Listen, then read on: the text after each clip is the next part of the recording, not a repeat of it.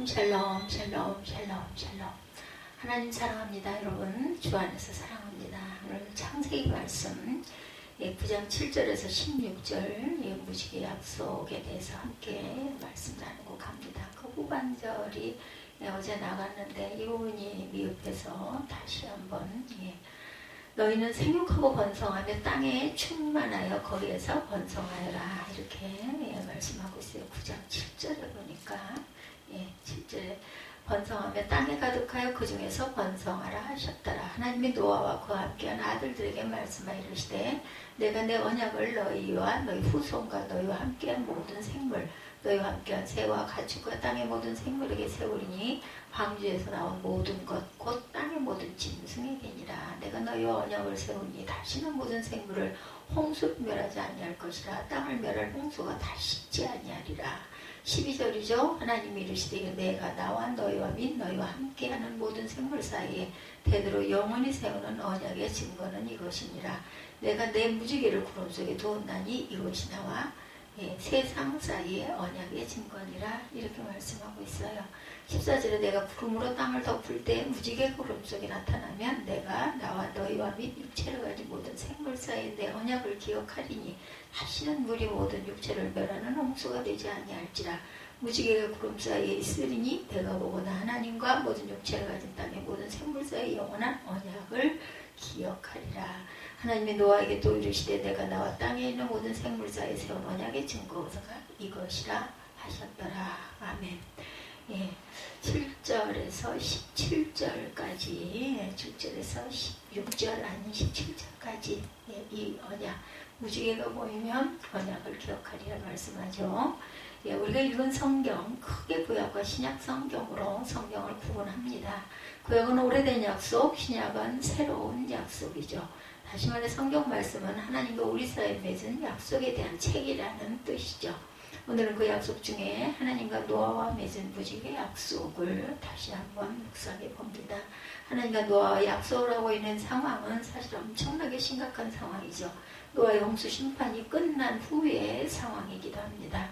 하나님의 그 입장에서 본다면 말할 수 없는 자괴감과 괴로운 마음이 아니었을까 싶습니다. 하나님께서 정성을 들여 아름답게 만드신 이 세상이 도저히 그대로 놔둘 수가 없을 만큼 죄악으로 가득했어요. 세상에 도저히 어떻게 돌이키기 힘들 정도로 망가져버린 것이죠. 더 이상 봐줄 수가 없다. 참다 못한 하나님께서 물로 깨끗하게 씻어버리시고 처음부터 다시 시작하기로 라셋을 결정하신 거죠. 어느 날 순간적인 감정으로 하신 일이 아닙니다. 100년 계획을 하고 준비해서 버리신 일. 그렇죠? 노아가 배를 120년여 걸려 만들었으니 노아라는 믿을만한 사람을 선택하시고 그 가족과 최소한의 생명만 남기고 부숴버리셨어요. 끔찍하고 충격적인 물의 심판입니다. 40일 밤낮을 비가 쏟아지죠. 온 세상이 완전히 물에 잠겨버립니다. 150일 동안 완전히 물에 잠기게 되죠. 하나님 모든 피조물이 순식간에 사라져버렸습니다. 이 사건은 하나님의 창조를 원점으로 돌이키는 사건이고 하나님께서 만드신 이 세상에 문제가 있음을 스스로 인정하는 사건입니다. 전능하신 하나님께서 최초의 실패, 말할 수 없이 참담한 사건입니다. 그 죄악의 땅에서 유일하게 의로움을 인정받았던 그러한 그 노아의 입장에서도 무척이나 충격적인 사건이기도 하죠. 자신의 가족 말고는 살아남은 사람은 하나도 없어요. 이 천지에 자기 가족 말고는 아무도 없습니다. 내가 살고 있던 세상이 사라져버린 것이죠.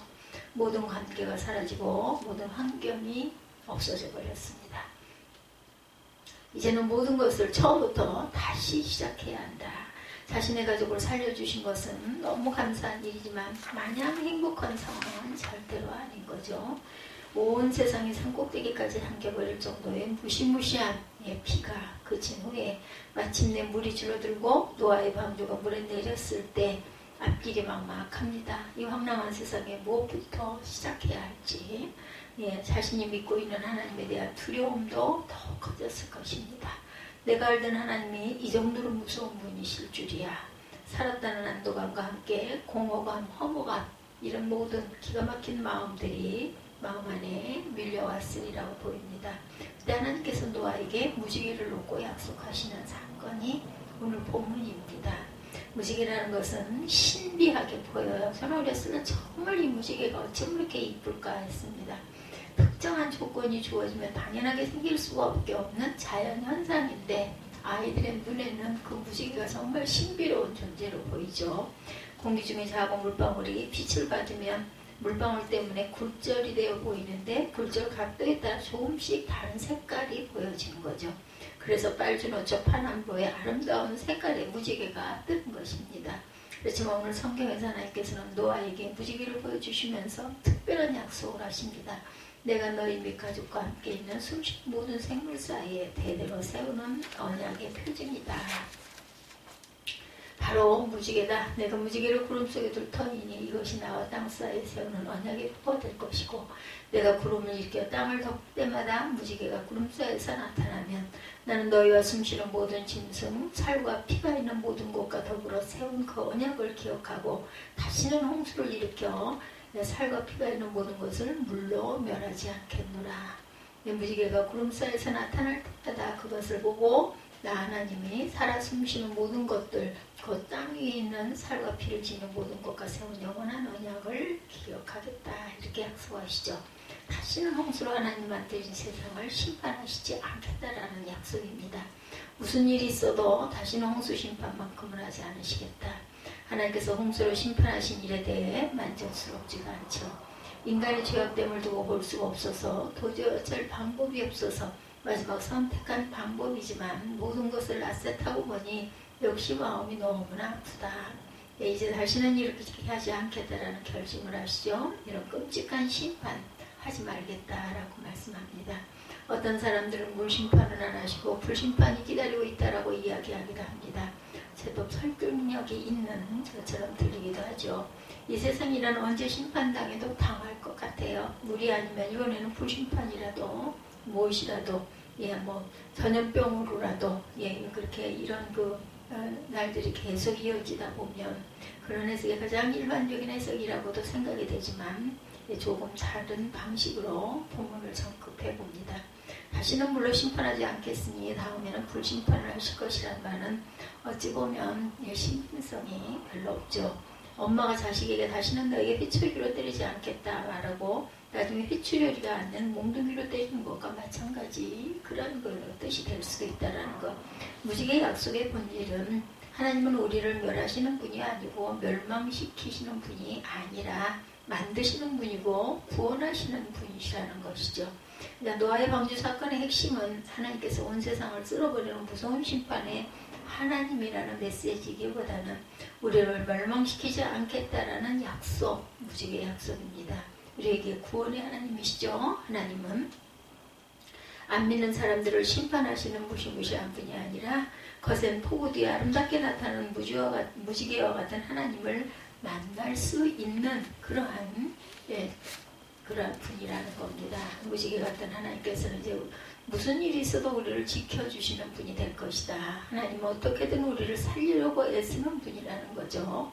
심판이라는 게 도무지 할 게 못 됩니다. 우리를 너무나 사랑하시기 때문에 이 무지개 약속에서 사랑하는 자녀의 종아리를 때려놓고 후회스러워 약을 발라주는 아이가 잠든 뒤에 그런 부모의 모습. 아이는 종아리가 아파 울지만 부모는 가슴이 아파서 웁니다. 어린이의 날이 있고 가정의 날이기도 한 5월입니다. 괜히 때렸어, 괜히 아프게 했어, 아이고 하지 말걸, 이런 그 후회가 부모의 마음에 다 들죠. 광주에서 땅에 내려온 노아에게 하나님은 이런 명령을 하십니다. 7절에 너희는 생육하고 번성하며 땅에 편만하여 거기에 번성하라. 이 구절은 개역 개정판 성경이 좀 더 쉽게 생육하고 번성하여 땅에 가득하여 그 중에서 번성하라 하셨더라. 이 명령은 하나님께서 태초에 사람을 만드시고 사람에게 명령하신 말씀과 같습니다. 생육하고 번성하여 땅에 충만하라. 땅을 정복하라. 바다의 고기와 공중의 새와 땅에 살아 움직이는 모든 생물을 다스리라. 하나님께서 사람을 만드신 1차적인 목적이 여기에 있다고 봅니다. 잘 살게 하려고, 사는 모습을 보고 기뻐하시려고, 영광 받으시려고 만드셨죠. 하나님께서 사람을 만드신 1차적인 목적, 생육하고 번성하여 땅에 가득하고 번성하라는 뜻이죠. 처음 만들었을 때도, 두 번째 라스스라고 다시 시작했을 때도 이 작은 시작을 통해 수많은 사람들이 생겨나서 온 땅에 가득하기를 바라는 아버지의 마음입니다. 이제 하나님은 이 세상에 새로운 세계를 만들기를 바라셨어요.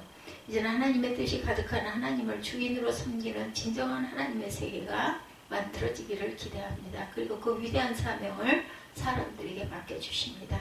사람들은 과연 하나님의 말씀대로 이 지구상에 정말 크게 번성했어요. 과연 저런 곳에 사람이 살까 싶은 곳에까지도 사람들은 살아가고 있습니다.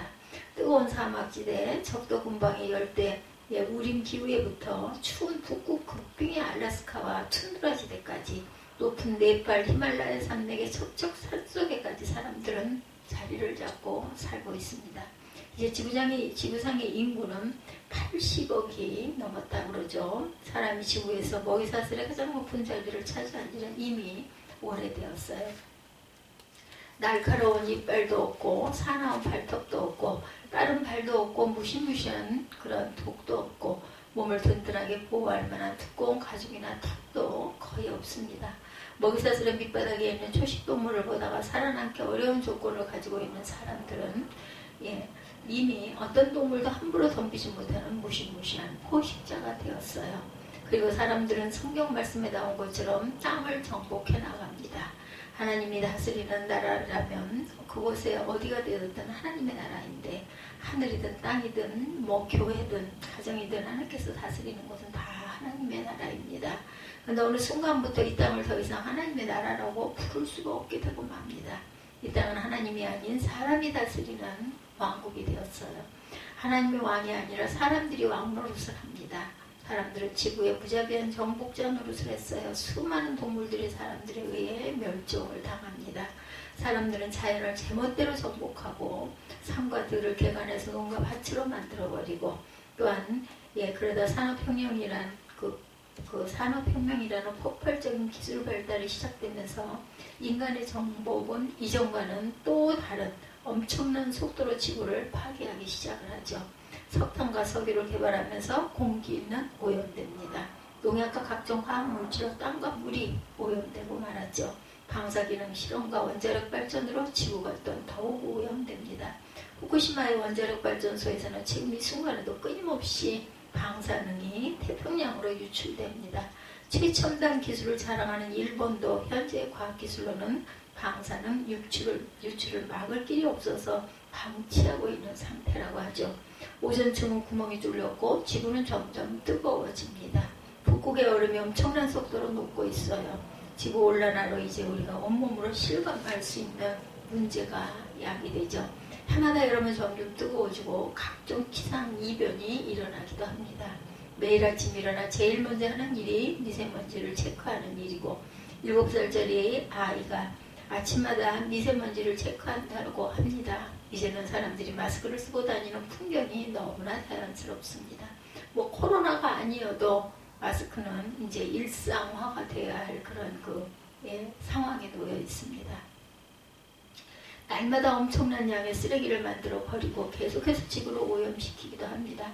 알루미늄 캔을 땅에 묻어서 완전 분해가 되려면 80년에서 200년이 걸린다고 하네요. 플라스틱 제품은 분해되기까지 보통 500년 이상 최대 1000년이 걸릴 수도 있다고 합니다.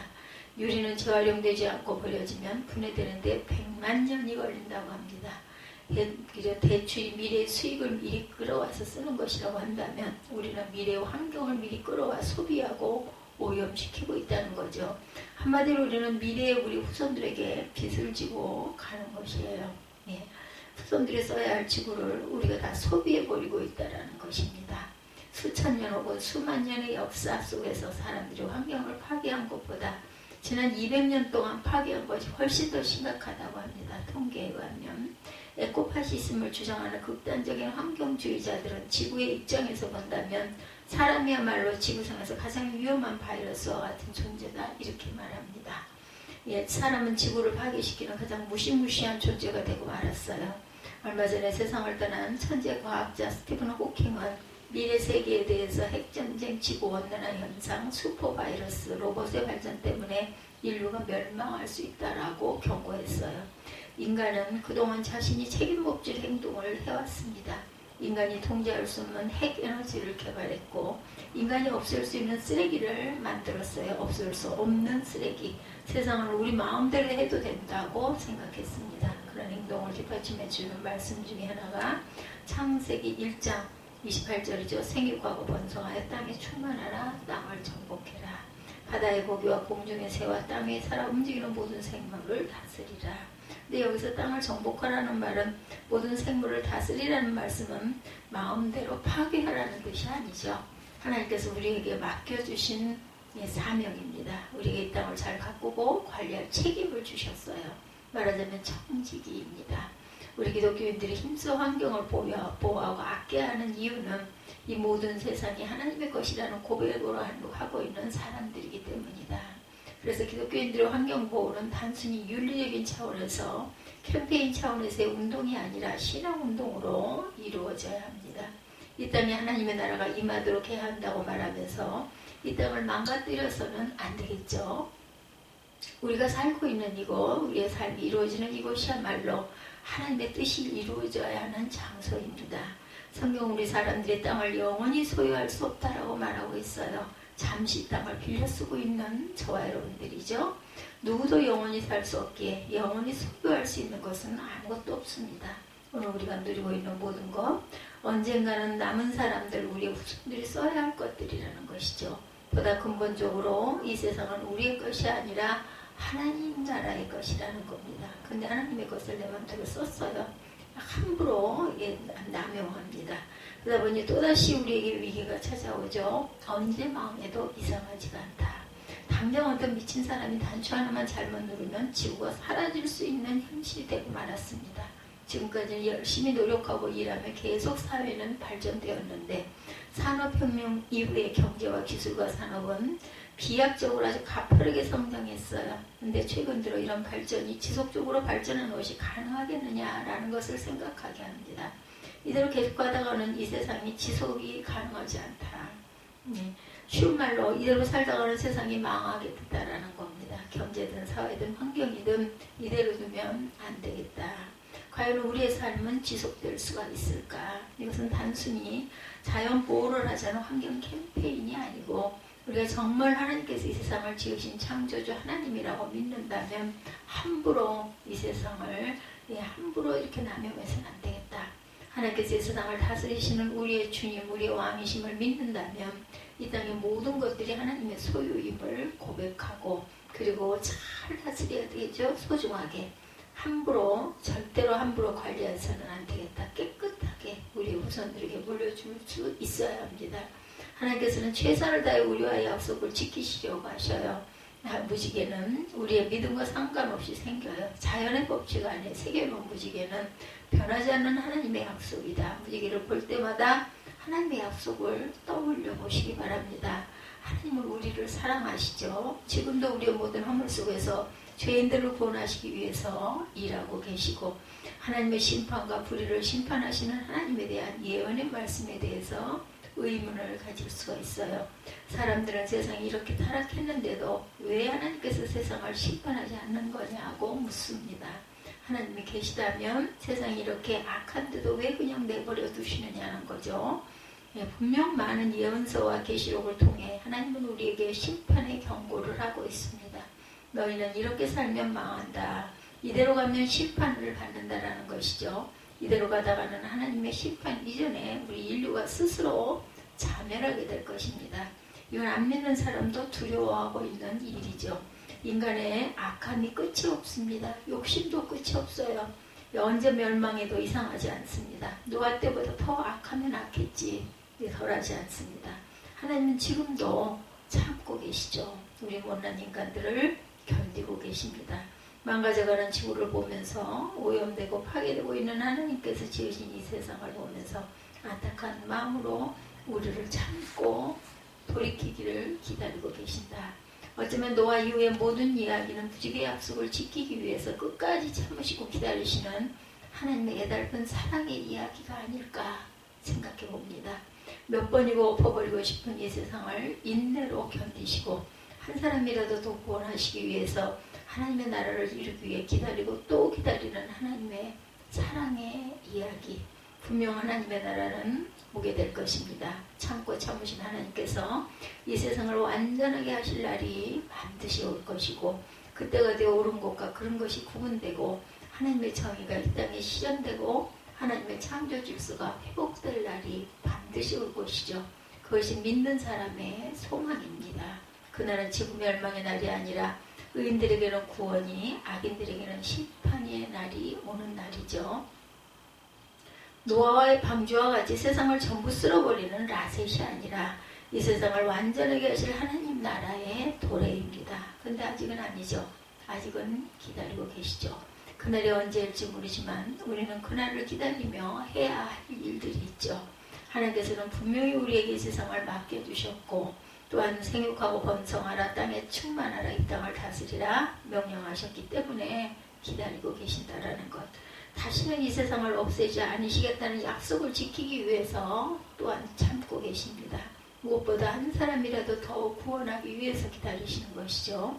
이 세상이 파괴로 끝나는 것이 아니라 회개와 회복으로 끝나기를 기다립니다. 그것이 심판을 경고하시고도 수천 년을 기다리시는 하나님의 마음이죠. 하나님은 약속을 지키기 위해 쓰시는데 우리는 과연 지금 이 순간 무엇을 하고 있는 것일까? 하나님은 세상이 이 지경이 되도록 사람의 구원을 더 기다리고 계시는데 우리는 과연 무엇을 하고 있는지. 신앙은 저 하늘에 있는 하나님 나라만 바라보는 것이 신앙이 아니죠. 신앙생활은 영적인 것, 보이지 않는 것, 하늘의 것만을 이야기하는 것이 아닙니다. 우리가 살아가는 삶의 현장 속에서 하나님 만드시고 좋아하셨던 하나님의 나라를 더 귀하게 보존하고, 항상 하나님이 주신 그 청지기의 사명을 잘 완수하고 가는 것. 이 땅에 세속적이 된 것은 하나님의 창조하신 질서를 사람이 만드는 그 망가뜨리고 오염시키고 타락시키는 데서 시작이 되죠. 단순히 환경으로서의 땅뿐이 아니고 생명을 품고 살아가면서 만나는 모든 세상이 하나님이 지으신 세상이라는 것, 우리의 가정, 우리의 일터, 우리가 살고 있는 이 나라, 이 땅, 이 지구라는 별, 이 모든 것이 하나님의 나라입니다. 그곳에서 거룩함을 회복하는 것이 우리의 사명이죠. 무지개로 우리에게 구원을 약속해 주신 하나님 앞에 우리 또한 이 땅을 하나님의 나라, 하나님의 다스리는 나라가 되도록 최선을 다해 아끼고 보살피는 것이 청직이 된 우리의 사명이라는 것. 어찌 이 땅에서의 삶을 소홀히 생각할 수가 있겠습니까? 믿음이란 하늘나라에 갈 때만 필요한 게 아니라고 저는 믿습니다. 믿음은 이 땅에서 어떻게 살아야 하는가에 대한 답을 주셨어요. 무지개 약속을 지키기 위해서 하나님은 지금도 우리를 참고 기다리고 계십니다. 우리를 구원하시기 위해 지금까지 참고 기다리신 하나님, 우리가 하나님께 맡겨주신 이 세상을 힘써 다스리며 청지기의 사명을 감당하고 살아가시는 저와 여러분들이 되시기를 주님의 이름으로 축복합니다. 창세기 9장 10절에서 17절 말씀, 오래 참으시는 하나님, 영원한 언약을 기억하겠다라고 말씀하시죠. 그 언약을 참고 기다리시는 하나님이 주시는 우리의 사명을 다시 한번 깨닫는 저와 여러분이 되시기를 주님의 이름으로 축복합니다.